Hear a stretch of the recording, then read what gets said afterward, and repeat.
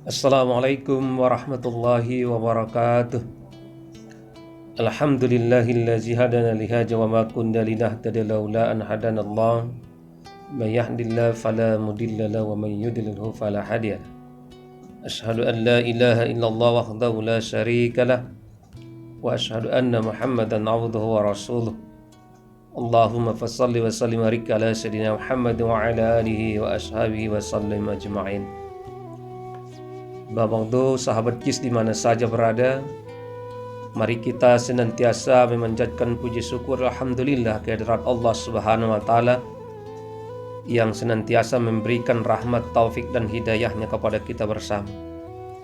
Termasuk kesempatan yang mulia ini, kita termasuk salah satu orang yang paling beruntung karena kita dipilihkan oleh Allah Subhanahu wa taala untuk berjumpa dengan bulan Ramadan ini.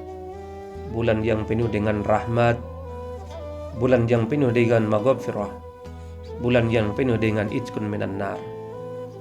Betapa banyak saudara-saudara kita yang setahun yang lewat masih bersama dengan kita, baik melaksanakan ibadah Ramadan, baik melaksanakan qiyamul lail dan kegiatan-kegiatan yang lain. Tapi ternyata hari ini mereka tidak ada lagi karena telah dipanggil oleh Allah. Maka patut kita bersyukur kepada Allah. Kita diberikan oleh Allah Subhanahu wa taala kesempatan untuk berjumpa dengan bulan ini. Untuk itu mari kita pergunakan dengan sebaik-baiknya mengisi kegiatan bulan Ramadan ini dengan kegiatan-kegiatan yang diridhoi oleh Allah Subhanahu wa taala. Salawat beriring salam sama-sama kita ucapkan atas ruh Nabi kita Nabi Muhammad sallallahu alaihi wasallam yang berlafazkan Allahumma sholli ala Muhammad wa ala ali Muhammad. Mudah-mudahan kita mendapat syafaatnya. Jamaah yang dimuliakan oleh Allah dan sahabat KIS di mana saja berada dalam acara sentuhan kolbu kita pada kesempatan ini. Adapun tema kita adalah kewajiban membaca dan memahami Al-Quran. Dalam sebuah hadis Rasulullah SAW disampaikan, khairukum man ta'allamal Qur'an wa 'allamahu. Sebaik-baik kalian adalah orang yang mempelajari Al-Qur'an dan mengajarkannya. Maka di antara kita ternyata yang paling terbaik adalah salah satunya adalah orang-orang yang mempelajari Al-Qur'an dan mengajarkannya. Tentunya sahabat KIS di mana saja berada perlu bagi kita ini untuk mempelajari, begitu juga dengan membacanya, memahami, karena ini adalah merupakan sebuah kewajiban bagi kita. Dan bahkan sahabat KIS di mana saya berada, bahwa beriman kepada Al-Quran itu adalah merupakan salah satu rukun iman yang perlu kita imani. Maka kesempatan ini sahabat KIS di mana saja berada, sesungguhnya bagi kita umat Islam ini punya kewajiban terhadap Al-Quran ini paling tidak ada 5. Yang pertama adalah membaca Al-Quran. Mengapa kita wajib membaca Al-Quran? Karena Al-Quran adalah merupakan sebuah pedoman hidup kita dan berpahala jika membacanya.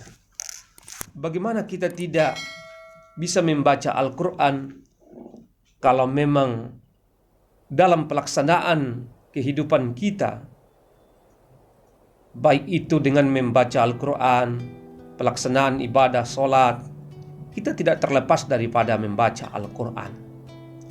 Maka membaca Al-Quran adalah merupakan sebuah fardu ain.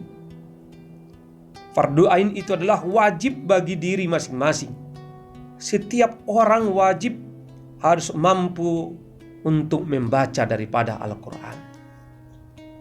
Dan ketika kita mampu untuk membaca Al-Quran itu, bahwa ganjaran yang diberikan oleh Allah Subhanahu wa taala kepada kita luar biasa banyaknya. Sebagaimana yang disampaikan oleh Rasulullah sallallahu alaihi wasallam dalam sebuah hadisnya, man qara'a harfan min kitabillah falahu bihi hasanah wal hasanah bi asri amsalihha la aqul alif lamun harfun walakin alifun harfun wa lamun harfun wa mimun harfun. Yang artinya siapa yang membaca satu huruf dari Al-Quran maka baginya satu kebaikan dengan bacaan tersebut. Satu kebaikan akan dilipat menjadi 10 kebaikan. Semisalnya, dan aku tidak mengatakan alif lam mim satu huruf, akan tetapi alif satu huruf, lam satu huruf, dan mim satu huruf. Itulah luar biasanya sahabat KIS di mana saja berada, manfaat ketika kita mampu untuk membaca Al-Quran. Akan diberikan sebuah kebaikan, akan diberikan sebuah ganjaran, akan diberikan sebuah hasanah yang berlipat ganda ketika kita mampu untuk membaca Al-Quran. Maka untuk itu sahabat KIS di mana saja berada, mulai kita kecil, mari kita berusaha untuk membaca Al-Quran. Bagi kita sebagai seorang orang tua menjadi sebuah kewajiban bagi kita untuk memberikan pengajaran dan pelajaran kepada anak-anak kita untuk bisa membaca Al-Quran. Karena di antara kewajiban orang tua itu adalah salah satunya memberikan pendidikan terhadap anaknya. Maka bagi kita juga orang tua, ketika tidak kita berikan kesempatan untuk anak-anak kita untuk belajar Al-Quran, maka sesungguhnya pada prinsipnya kita berdosa apabila kita tidak berikan kesempatan untuk anak-anak kita untuk bisa membaca Al-Quran. Bagi setiap diri juga punya kewajiban juga untuk membaca Al-Quran. Maka kita harus terus belajar. Belajar mulai daripada kecil, mulai daripada buayan sampai kepada liang lahat adalah merupakan sebuah kewajiban kita untuk membaca Al-Quran itu. Sahabat KIS di mana saja berada, itu yang pertama yang menjadi sebuah kewajiban kita adalah untuk bisa membaca Al-Quran. Yang kedua adalah bagaimana kita juga bisa menghafal Al-Quran. Sebab apabila tidak dihafal, tentu akan sulit untuk mengamalkannya. Misalnya ketika kita sholat, tentu harus hafal membaca Al-Fatihah dan surat-surat pendek atau ayat-ayat pilihan di dalam pelaksanaan ibadah sholat itu. Maka tentunya sahabat KIS di mana saja berada menjadi sebuah kewajiban bagi kita untuk menghafal Al-Quran itu. Mulai daripada Al-Fatihahnya, begitu juga dengan ayat-ayat yang lainnya. Kalau memang kita mampu untuk menghafalnya yang secara utuh 30 juz, alhamdulillah, adalah merupakan sebuah karunia yang luar biasa. Tapi bagi kita, kalaupun tidak dengan 30 juz, kita punya kewajiban juga untuk menghafal Al-Quran sedikit demi sedikit. Tidak mungkin kita melakukan ibadah sholat, mulai sholat subuh, sholat zuhur, sholat asar, maghrib, dan isya, bacaan ayat kita setelah membaca Al-Fatihah terus itu saja. Tidak mungkin kita hanya bertahan di Qul huwallahu ahad saja, di suratul Ikhlas saja, yang hanya tahunya adalah trikul, hanya 3 kul yang ia tahu. Tentunya sahabat KIS, alangkah naibnya bagi kita sebagai seorang muslim yang hanya bertahan hafalannya hanya di 3 ayat itu. Maka mari kita coba sahabat KIS di mana saja berada, karena itu menjadi sebuah kewajiban bagi kita untuk senantiasa untuk menghafalnya. Tentunya yang paling terbaik untuk menghafal ini adalah ketika kita di waktu daripada muda. Ada sebuah ungkapan yang mengatakan bahwa belajar di waktu kecil itu adalah bagaikan mengukir di atas batu. Belajar setelah tua bagaikan mengukir di atas air. Karena apa sahabat KIS? Kalau kita masih muda boleh jadi ingatan kita termasuk dalam menghafal Al-Quran ini masih sangat mudah. Tapi kalau memang kita sudah tua menghafal, mungkin kita bisa akan merasakanlah yang mulai sudah tua ini. Boleh jadi ayat ini kita sudah tahu, ayat ini sudah kita dapat hari ini, tapi boleh jadi besok kita mulai kembali sudah mulai lupa. Dan bahkan kita tidak berani untuk membacakan ayat itu ketika kita melakukan daripada ibadah sholat.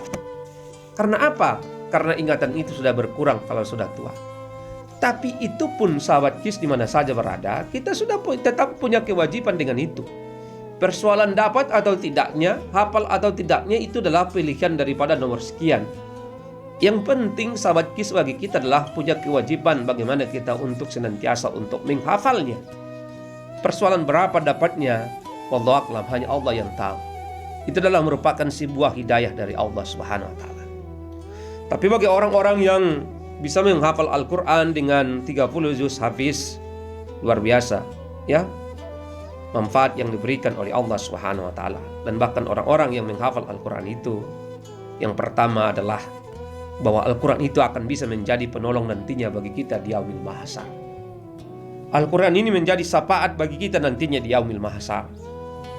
Yang kedua sahabat KIS, orang-orang yang berusaha untuk menghafal Al-Quran akan meninggikan derajat orang-orang yang membaca Al-Quran.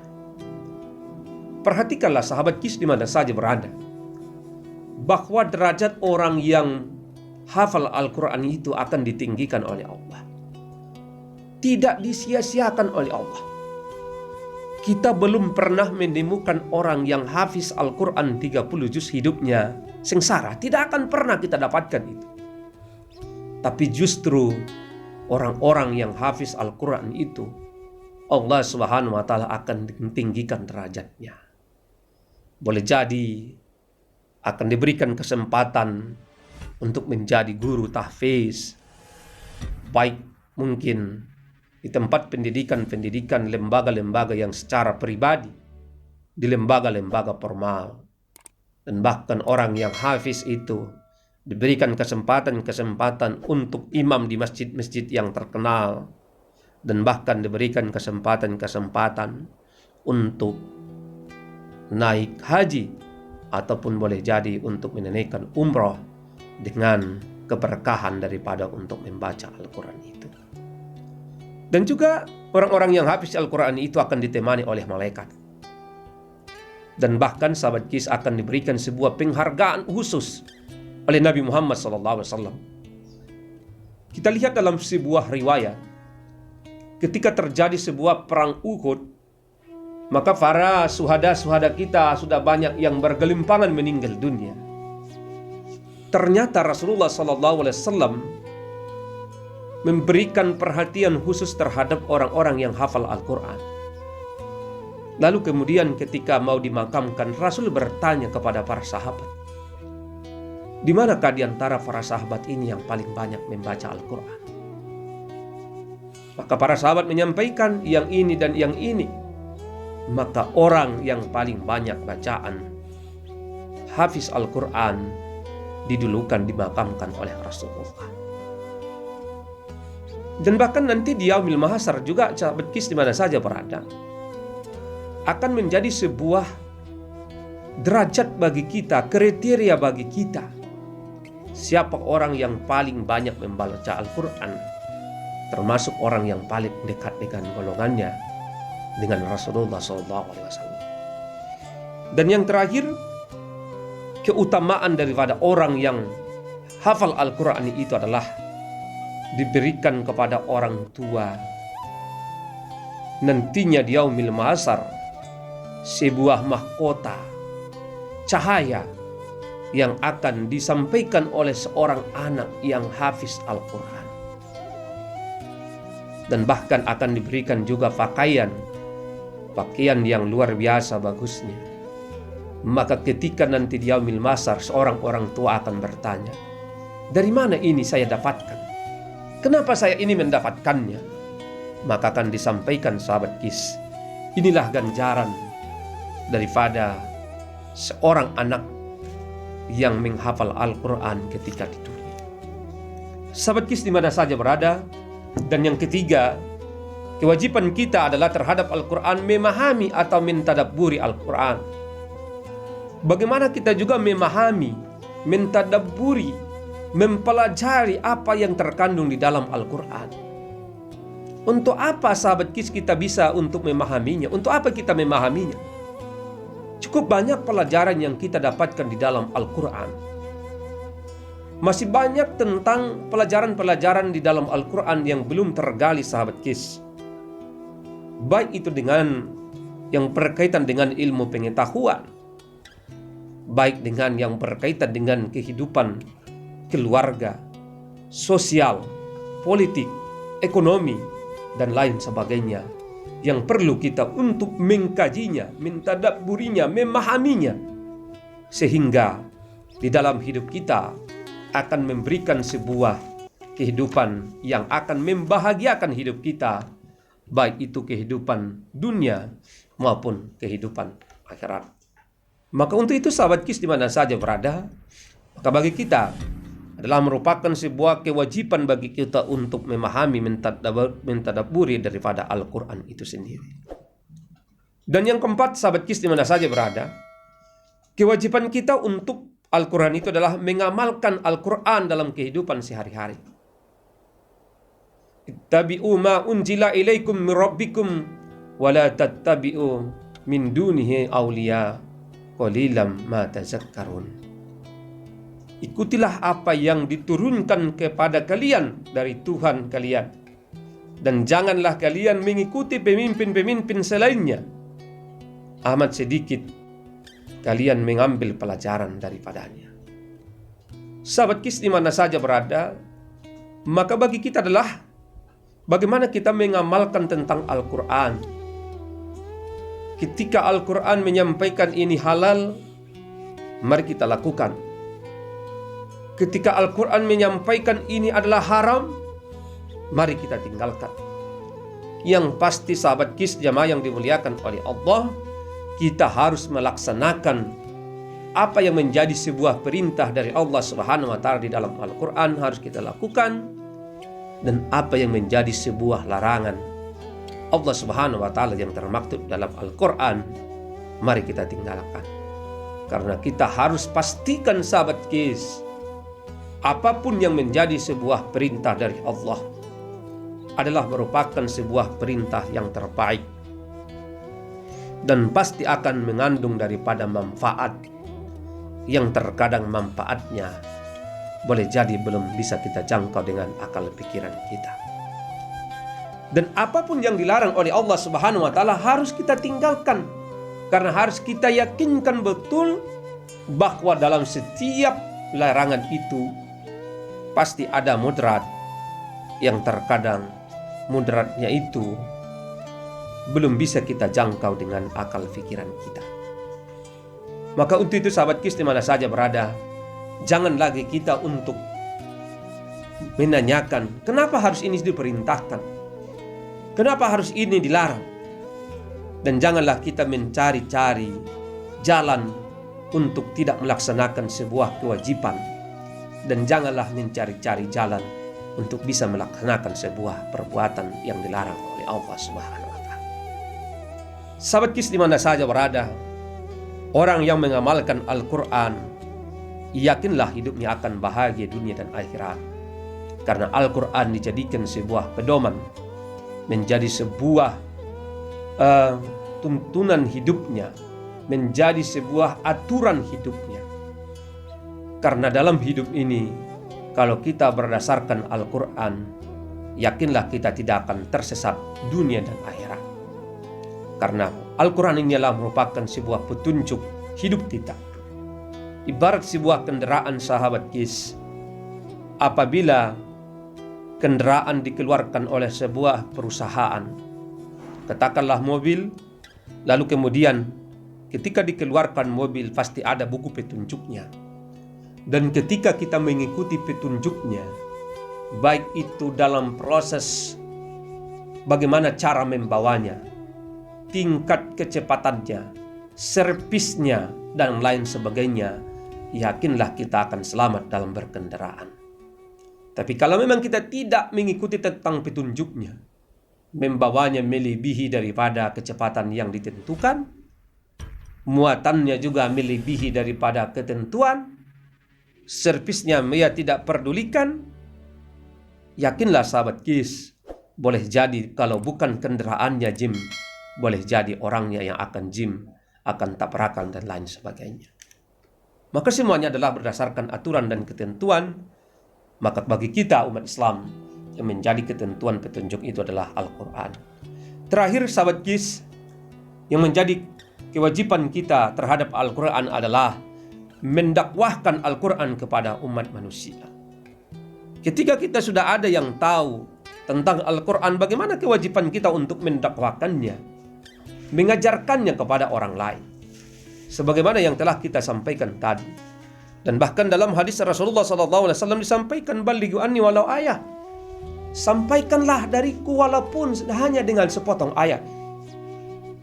Kalaupun memang kita hanya dengan sepotong ayat yang bisa kita sampaikan, tapi berdakwalah untuk orang lain.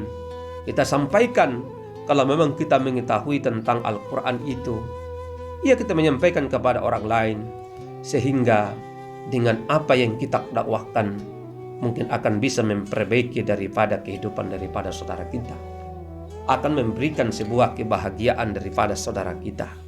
Tentunya di antara kita mendakwahkan Al-Quran itu adalah merupakan sebuah kewajiban bagi kita. Memberikan nasihat itu kepada saudara kita adalah merupakan sebuah kewajiban bagi kita. Dan tentunya bahwa dakwah itu, nasihat yang kita berikan adalah merupakan dakwah dan nasihat yang paling terbaik, adalah berdasarkan tentang ayat-ayat yang ada di dalam Al-Quran. Sahabat KIS di mana saja berada, dengan waktu yang cukup singkat ini saja yang dapat kami sampaikan sebagai pengantar kita dalam rangkaian sentuhan kolbu pada sore yang berbahagia ini. Mudah-mudahan ada manfaatnya kepada kita bersama, dan semoga kita mengetahui dengan jelas apa yang menjadi sebuah kewajiban kita terhadap Al-Quran. Saya kira demikian saja untuk sementara tentang yang bisa kami sampaikan. Terima kasih. Billahi taufiq wal hidayah. Assalamualaikum warahmatullahi wabarakatuh.